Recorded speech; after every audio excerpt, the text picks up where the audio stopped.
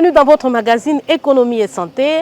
Avec vous aujourd'hui, nous allons parler de la diversification alimentaire. Cette étape de la vie des nourrissons qui consiste à introduire autres aliments que le lait maternel. Plus d'explications avec le docteur Justin Bala.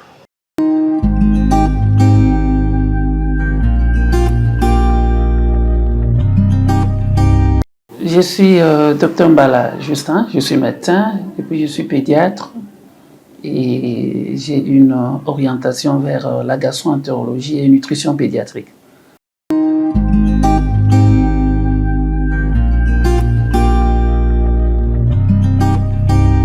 Alors, la diversification alimentaire chez un nourrisson, vous savez tous que l'enfant, quand il naît, les 6 premiers mois de vie, il a une alimentation lactée, il prend soit le lait maternel, soit il prend le lait infantile ou le lait artificiel. Et nous parlons de la diversification lorsque l'alimentation de l'enfant n'est plus à 100% lactée, c'est-à-dire au-delà du lait maternel ou du lait infantile, on introduit d'autres aliments. Donc c'est l'introduction d'autres aliments en dehors du lait, que ce soit maternel ou infantile. Parce que vous savez que l'enfant, c'est un être en croissance, il y a un problème de maturité. Donc, avant les premiers 6 mois de vie, le seul aliment qui est compatible, qui est adapté plutôt, c'est le lait. Le régime, il est lacté, il prend le lait, soit le lait maternel, ou pour une ou autre raison, il peut prendre le lait infantile qu'on prend sous forme de biberon. Le régime, pendant les premiers 6 mois de vie, il est lacté. Donc, on prend que le lait. Et ce lait-là, il est soit le lait maternel, soit le lait artificiel ou le lait infantile, beaucoup plus précisément. Et voilà, ça c'est le régime d'un nourrisson de moins de 6 mois.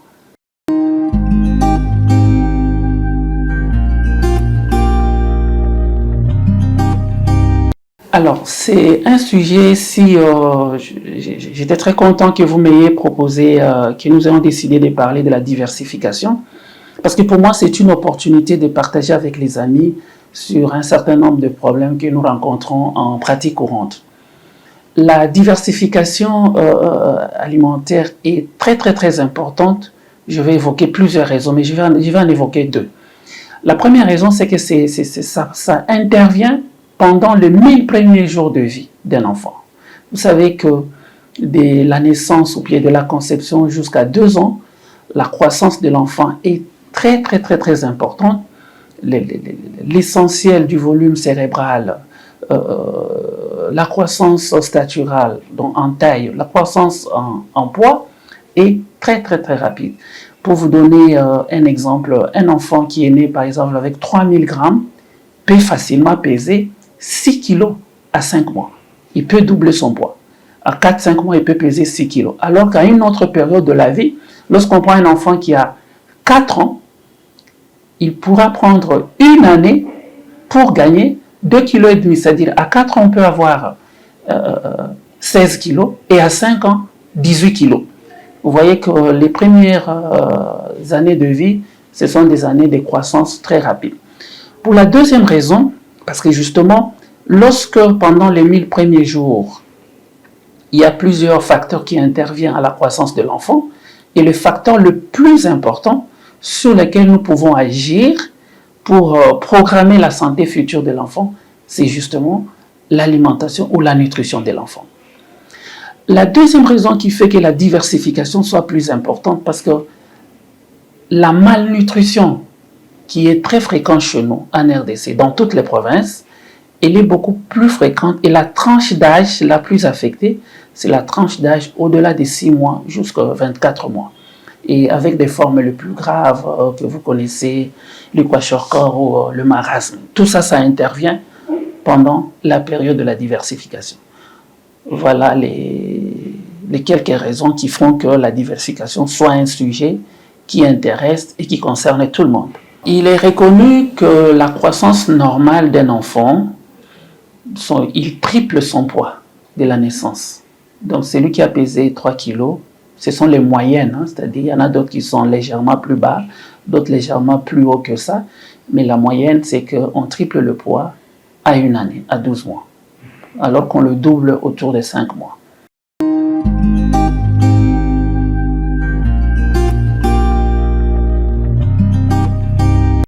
Alors, c'est un sujet qui pose beaucoup de questions parce qu'on s'est dit, bon, le lait maternel, le lait infantile, ça va. Beaucoup de gens savent ça et ça passe facilement.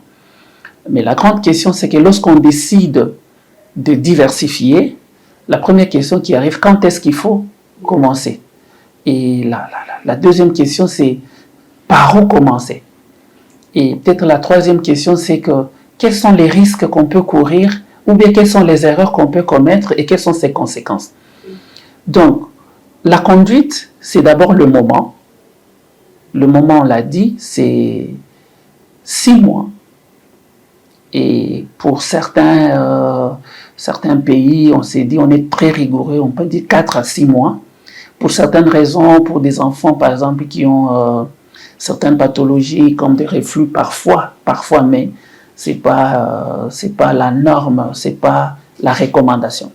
Donc à 6 mois, et parmi les risques qui peuvent qui peuvent survenir pendant la diversification, il y a des problèmes, par exemple, c'est l'introduction de nouveaux aliments.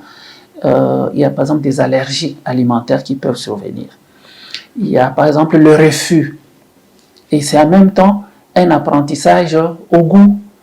Donc, il peut arriver que vous donnez des aliments, l'enfant refuse. Ce qui fait que l'ordre n'est pas du tout de rigueur, mais le bon sens voudrait qu'on commence par les légumes et les fruits.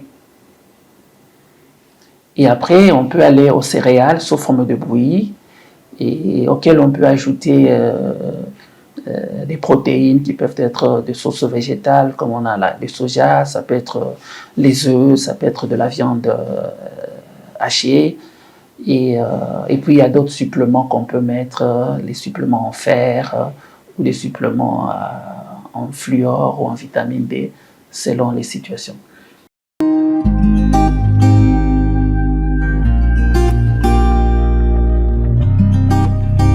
Donc il faut se dire déjà que l'enfant peut tout prendre, mais c'est seulement la façon de donner. Tous les fruits, et les fruits qui sont par exemple charnus, on peut les faire sous forme de compote ou de purée, mais c'est seulement qu'il faut modifier la texture, que ce soit la banane, que ce soit la mangue, que ce soit la pomme, que ce soit les citrons, l'orange, tous les fruits peuvent être donnés à l'enfant quand on modifie la forme pour que cela soit acceptable. Il peut tout prendre parce que vous voyez par exemple les premiers 6 mois, l'alimentation, on peut dire qu'il est liquide. C'est le lait maternel et le lait infantile, c'est liquide. Et puis nous passons au lait, à une alimentation semi-liquide. Et vous verrez qu'une des raisons qui fait qu'on commence à 6 mois, c'est parce qu'il y a d'abord ce qu'on donne avant 6 mois, dont le lait ne suffit plus pour permettre à l'enfant de grandir normalement. Et deuxièmement, il y a aussi la maturité. C'est à cet âge-là qu'apparaissent parfois les dents, et puis l'enfant commence à mastiquer. C'est à ce moment-là qu'il peut mobiliser ses mâchoires et prendre des aliments qui sont un peu mixés, qui sont lisses. Donc, tous les aliments peuvent être donnés. Il faut jouer sur la texture. Il faut jouer sur l'ordre dans lequel on donne. Comme je l'ai dit, c'est aussi un apprentissage au goût. C'est-à-dire, on va pas donner. Il n'existe pas un goût naturel où la banane est mélangée à l'avocat. On préfère y aller un à un. Et comme il y a aussi un risque d'allergie, on préfère donner un aliment nouveau et attendre quelque temps, voir la réaction, s'il supporte ou pas, avant de passer à un autre. C'est un peu plus tard qu'on pourra combiner les aliments. On commence par peut-être des purées, et puis les fruits, les jus. Voilà, un peu plus tard, par rapport à certains risques, on peut commencer avec les morceaux. C'est un peu plus tard, mais autour de 6 mois, 7 mois, 8 mois, ça doit être une alimentation semi-liquide. Tout doit être rendu semi-liquide, que ce soit les légumes sous forme de purée, les fruits sous forme de purée ou de compote. Et si c'est la viande, ça doit être aussi rendu sous forme de purée. Donc, ça doit être haché, que ce soit sur le semi-liquide. Bref, l'enfant peut prendre tout le fruit, L'enfant peut prendre tous les légumes, quant à voir la texture. Et ici, on remarque souvent, c'est peut-être les 2-3 enquêtes qu'on a fait ici chez nous, c'est peut-être la chose qui est la plus négligée. Tout le monde sait qu'après le lait, c'est la bouillie. Mais parfois, quand vous posez la question, est-ce qu'il prend les légumes? Oh, non. Bon. Alors que parfois, c'est le moins risqué en termes de goût, parce que ça n'a pas un goût très prononcé. Et en termes d'allergie, ce sont les légumes et le fruit qui sont le moins risqués. Alors qu'avec avec les céréales, on vous dira le gluten posera un problème à tel âge, le soja pourra poser de problème. Donc, mais ça, il faut être plus vigilant. Mais le moins problématique, le moins accepté, c'est les fruits et les légumes. On conseille à tous les moments de commencer par là. Je comprends que ça ne passe pas parce qu'à la naissance, de la naissance jusqu'à 6 mois, l'alimentation est lactée, c'est l'allaitement. Donc vous comprenez qu'à la naissance, on conseille à la maman comment allaiter l'enfant. Donc comme il est prévu normalement, ça c'est peut-être la faille qu'il y a chez nous, les consultations préscolaires qui doivent être régulières, à 1 mois, 2 mois et à la consultation des 5-6 mois, c'est un sujet de discussion, c'est un sujet de consultation. On peut consulter le pédiatre pour discuter de la diversification compte tenu du contexte, de l'état de l'enfant, s'il a des terrains d'allergie ou pas, compte tenu de l'acceptabilité, des moyens des parents. Ça peut être un objet de consultation. De deux, peut-être à l'avenir, on exigera, ça doit faire partie du cahier, comment est-ce qu'on appelle, du carnet de santé. Je crois que ça doit être mentionné dans le carnet de santé, que les gens doivent se référer et lorsqu'il y a des questions particulières, consulter pour ça. C'est un motif de consultation valable. Il y a toute une histoire pour qu'on arrive actuellement à dire qu'il faut diversifier à 6 mois. L'humanité a un parcours. On a tâtonné dans le temps, on diversifiait après 1 année. Les gens prenaient les enfants, leur donnaient le lait jusqu'à 1 année, c'est alors qu'on pouvait diversifier. Après, il y a certains qui sont descendus, je ne peux pas entrer dans les détails de l'histoire, qui sont descendus il y a 3 mois, et c'est finalement autour de 6 mois. Pourquoi?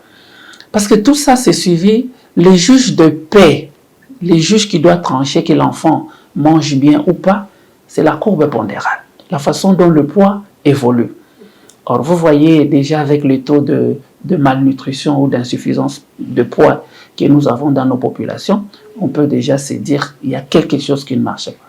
Donc, les recommandations telles qu'elles sont édictées maintenant de commencer à 6 mois, c'est fondé sur des évidences, sur des études où on a constaté que diversifier à cet âge est compatible avec une croissance normale. Très tôt, c'est une erreur.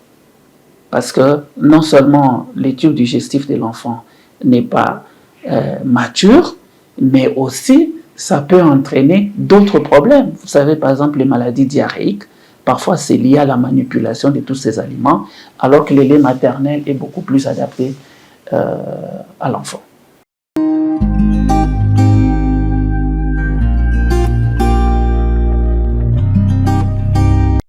Donc ça peut faire ressortir 2 aspects de la question. Moi, je vois dire, bon, ça c'est approuvé, hein, parce que lorsqu'on fait les études, on sait très bien que la malnutrition chez les enfants, elle est retrouvée sur les populations à faible revenu. Donc, quand on fait les études, on ne va pas dire que c'est en ville où il y a, et même quand vous voyez les études, l'enquête qui a été menée ici au pays, il y a des données, il y a des enquêtes nutritionnelles qu'on fait dans ce pays. Ça ne montre pas que c'est un milieu rural où les enfants sont le mieux par rapport. On sait très bien que c'est corrélé à la disponibilité des aliments et au niveau de vie. Je ne pense pas. Je ne pense pas que pour certains, mais ce qu'on peut dire, c'est que on doit sortir du complexe selon lequel que les aliments qui sont mangés, qui sont pris au village sont de mauvaise qualité. Non. Le céréal, le riz, qu'il soit ici ou en ville, même les produits locaux sont valables. Et même parfois à des moments d'une valeur un peu plus supérieure à des produits trop raffinés que nous prenions en ville.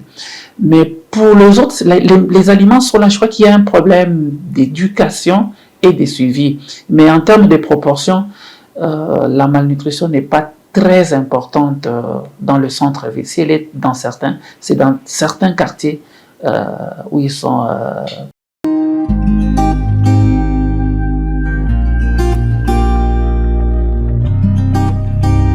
Donc, il y a déjà, on sait qu'un enfant, c'est un être qui est en croissance, il grandit. C'est-à-dire, chaque fois que vous pesez l'enfant, le poids doit augmenter. Et le poids qui augmente, il y a une courbe qui montre l'allure. Alors, c'est en suivant ces courbes qui existent, on a fait des études pour voir que la plupart des enfants, surtout en moins de 5 ans, tous les enfants du monde grandissent presque de la même façon. C'est qu'il y a des courbes que vous pouvez retrouver dans les carnets de santé qui montrent le couloir. C'est en pesant régulièrement l'enfant qu'on peut voir que ici, par exemple, lorsque l'enfant garde le même poids pendant longtemps, vous voyez l'enfant en octobre, plutôt en août, septembre, octobre, il a le même poids, c'est qu'il y a un problème. Et vous avez un enfant qui pesait 12 kilos et qui commence à peser 10 kilos, c'est un problème. Ou carrément, vous avez un enfant qui vous pesez une seule fois et vous voyez que la moyenne est très loin de ce que l'enfant a. Et il y a des calculs à faire, on saura que ça c'est une malnutrition, c'est légère, c'est modéré ou c'est sévère.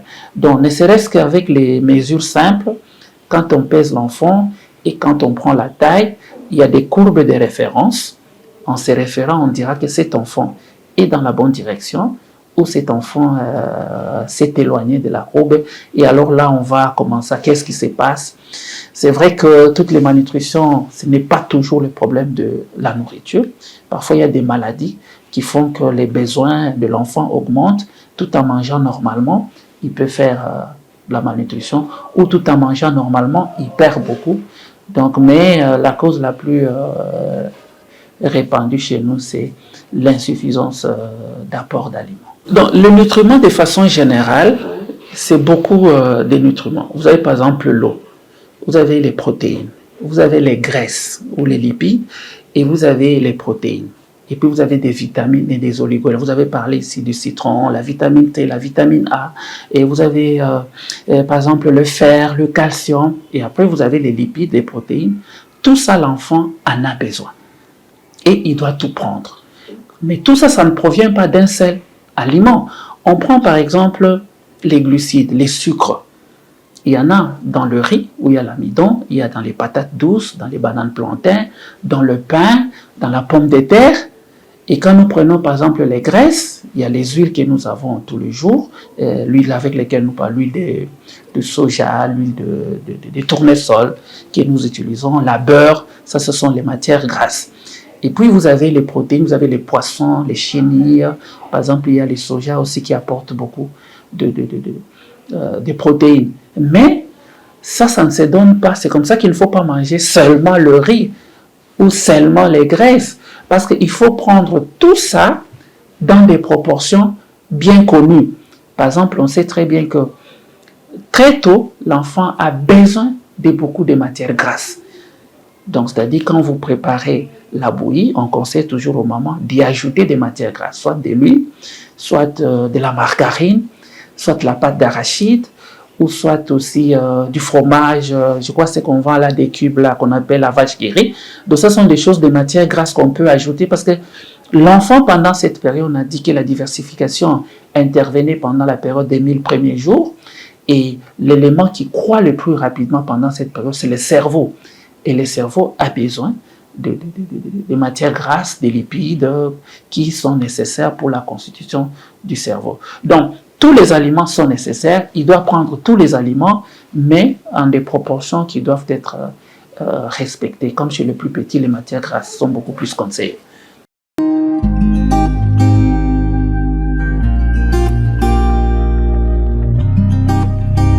Alors, lorsque les enfants refusent des aliments, il y a plusieurs choses qui peuvent être à la base de ça. Parfois, il y a ce qu'on appelle, pour les enfants qui ont déjà atteint, par exemple, jusqu'à quelque chose de nouveau, il y a ce qu'on appelle la néophobie. C'est-à-dire l'enfant refuse parce qu'il ne sait pas, parce qu'il ne connaît pas ça.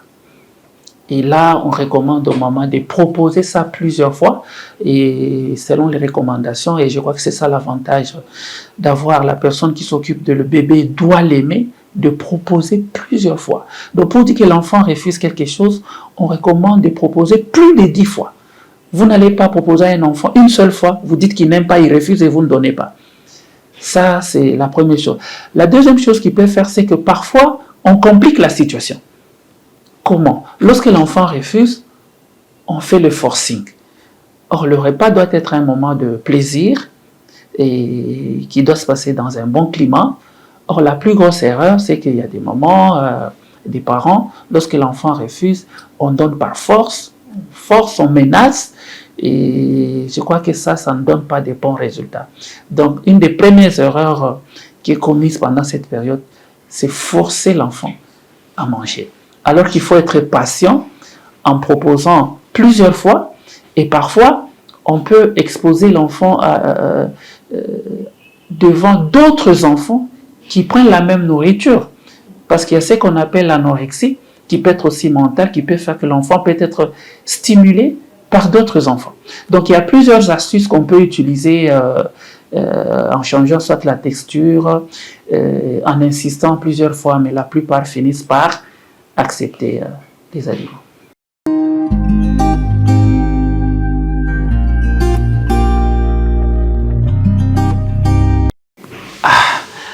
Je crois que il y a beaucoup de choix. Nous avons un large éventail de nutriments. Il n'y a pas un fruit précis qu'il faut prescrire. Il n'y a pas un céréal précis.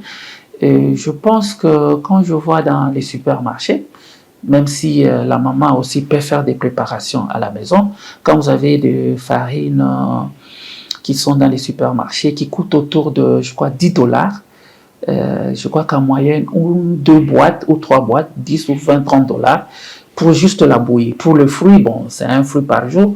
Et le lait, s'il doit prendre le lait infantile, c'est parfois une boîte tous les 10 jours, une à 10 jours. Donc, je ne sais pas exactement combien ça peut coûter, mais ça a un prix. Et ces prix-là peut être compensés parce que les produits locaux, notre alimentation, parce qu'il y en a d'autres qui ne sont pas particuliers à l'enfant. Lorsque le fruit est acheté à la maison, c'est dans le même budget qu'on prend une partie, on donne à l'enfant. Et peut-être la seule particularité, ça peut être la bouillie qui est propre à l'enfant, mais les autres repas ou des purées qu'on peut faire. Mais je vois que ça a un coût, je ne saurais pas dire exactement. Vous êtes maman, vous pouvez déjà nous dire votre expérience, ça coûtait combien? On sait que ce n'est pas gratuit, mais ça coûte quelque chose. Mais il faut insister beaucoup que cela ne doit pas frustrer les parents, parce que lorsqu'on n'a pas l'argent pour acheter une farine qui est dans un supermarché fait à base de maïs, par exemple, c'est la même chose que vous fassiez vous-même à base de maïs à la maison.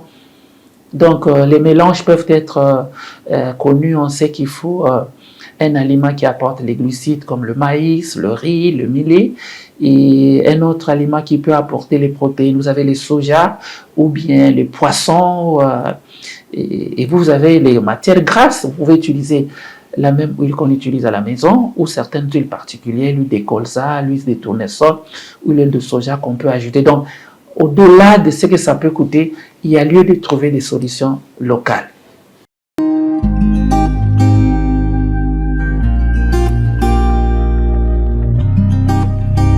Donc, l'objectif, c'est ce qu'on dit, l'alimentation de l'enfant a des objectifs bien plus précis. Et on surveille. Le premier objectif, c'est que l'enfant doit croître. Il faut qu'il ait une croissance optimale. Et puis, il y a le développement de l'enfant. Il y a l'acquisition de l'enfant quand il naît. Il ne s'assoit pas encore, il faut qu'il s'assoie. Il ne marche pas encore, il faut qu'il marche. Il faut courir, il faut qu'il court. Il ne parle pas encore, il faut qu'il marche. Donc, on surveille la croissance et le développement de l'enfant. Et au moindre écart, on s'est dit, l'enfant ne gagne pas le poids, l'enfant a stagné ou a baissé les poids, on mène une enquête. Et c'est un des objectifs des consultations. C'est vrai que ce n'est pas encore très régulier.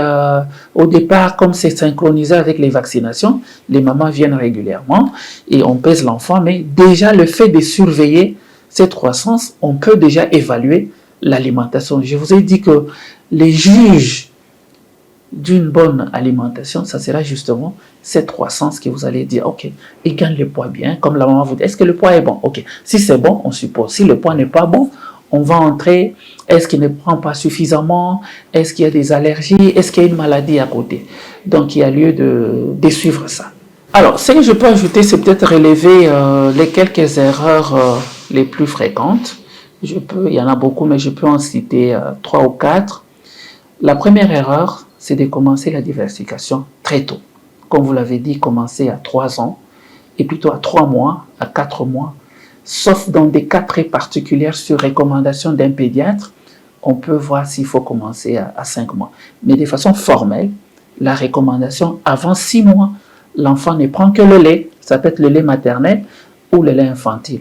Et donc la première erreur, c'est celle-là, donc on respecte après 6 mois. Deuxièmement, lorsqu'on doit commencer l'alimentation, n'oubliez pas qu'on doit, les légumes, les fruits font partie de l'alimentation de l'enfant.